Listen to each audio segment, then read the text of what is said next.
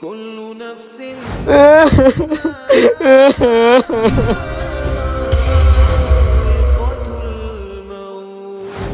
সময় আমি দেরি করে ফেলি, আজকে সময় মতো আসছি। যখন ওরা সবাই চলে যাবে তখন আমি আমার কাজ সেরে ফেলবো।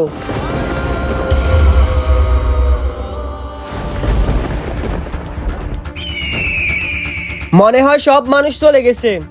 ঠিক আছে, আমি আমার কাজটা করি।